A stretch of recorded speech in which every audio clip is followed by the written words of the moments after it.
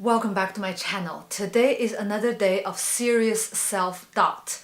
I don't doubt myself as like my capacity, but I doubt that if I have made the right decisions of becoming a creative entrepreneur. Because so far, I don't see any sense. I can't make sense out of it. And I just think that I have to end my life as a creative entrepreneur. Of course, I don't mean that I should suicide because that would be some ultimate solutions that I would leave for the last, but I'm seriously considering that I have to make some serious changes because it's not working. And I will tell you a few examples of why becoming a freelancer, becoming an independent artist and artistic entrepreneur, it just doesn't make any sense, at least in where I'm based. I'm based in Europe. There are different countries. Europe is not one country, but pretty much in the continental Europe, you face the similar realities as I'm facing now. And I think it's a good idea to show you those realities so that you know once you quit your day job, take that jump, what is waiting for you on the other side of this cliff. The first thing I want to talk about is hiring. Like if you are working as an independent entrepreneur, you're basically a company. You pay your license, which is 300, and you can hire and contract people like a company. But to hire somebody is easy. To fire somebody, in Spain, there is a saying, to hire someone, to fire someone is worse than to marry and having a divorce because it's really difficult and you will lose a lot of money, a lot of energy, and you have to be very, very like diplomatic with that. And if you have a bad relation, they can sue you because you're an employer. You're like, you know, the bad guy that is a company that's supposed to pay everybody just to keep everybody happy. I mean, it's like this. And I have not hired anyone because I am very afraid of getting into a nasty employment situation, so that I've always been working with freelancers. And I've been always working with platforms like Upwork. But if I want to have someone local in here, then the authorities will come after me. For example, my neighbor, he has a little store. Like I would imagine that if you're an artist, you could have a store like his that is selling some art merchandising and stuff like that.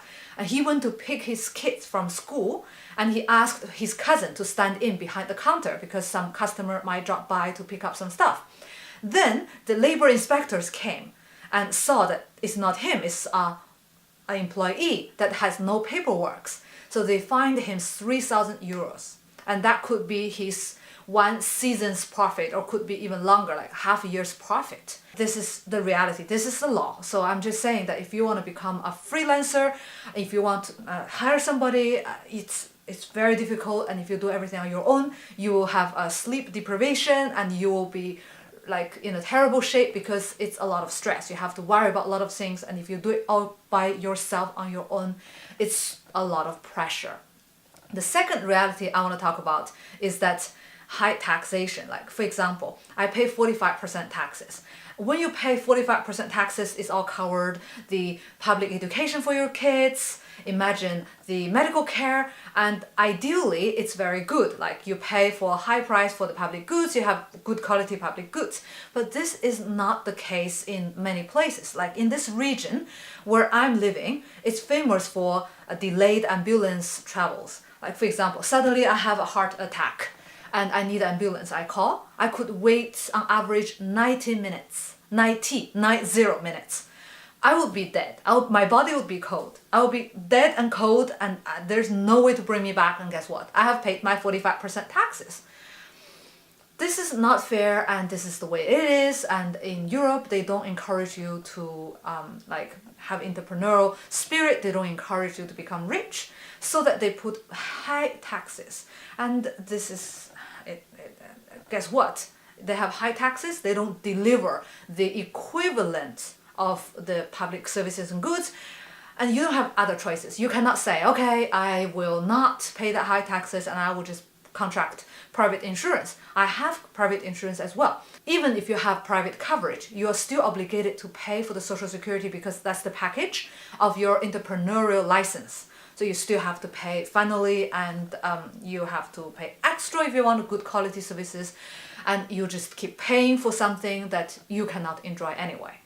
And the last thing that really killed me is that I told my accountant that I am working on a book on teaching artists how to become entrepreneurs and how to earn money, make a living as an artist. And she was like, oh, the idea is great. How are you going to sell it? And I said, I will sell it on my own website, social media, for like digital downloads and things like that. And she said, make sure that you have a VAT receipt for each customer and charge the VAT of their country, because it's an offshore transaction. You don't bill the VAT 21% from Spain, you bill their country. For each customer, you need to issue an invoice and you need to collect all the invoices, and we have to do accounting. We need to put in all the data, the date of sales, the amount of sales, and VAT, blah, blah, blah. And I was like, it doesn't make sense. If I have an ebook of $5.99, $9.99, I have, imagine, 10,000, 20,000 buyers. If I have to spend the rest of time keying in all the data, I could literally spend the rest of 365 until the next accounting year doing this, and I have no life.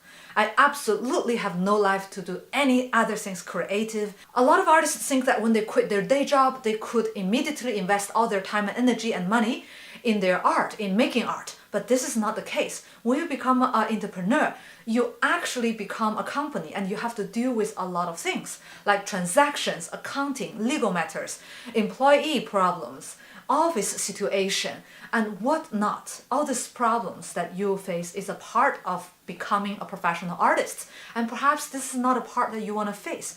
Even if you're in a tax haven that you pay very little taxes, still you have to do accounting. Tax haven doesn't mean that it's accounting free, that you have to do the paperwork.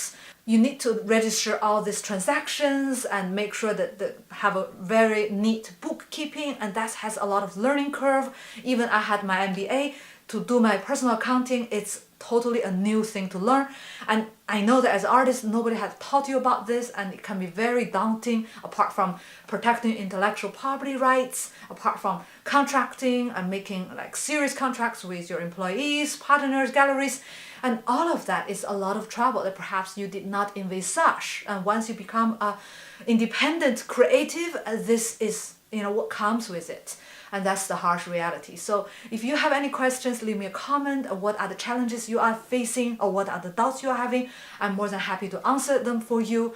Tomorrow I want to take my day off and I'm going to IKEA because they have a big PR events. And on that day, if you go with your pajama, you wear the pajama there and they give you 15% off on everything to do with the bedroom, textile, all the beddings and the cocoon, the mattress and everything. So I'm gonna go and check out their PR event and see what they're doing.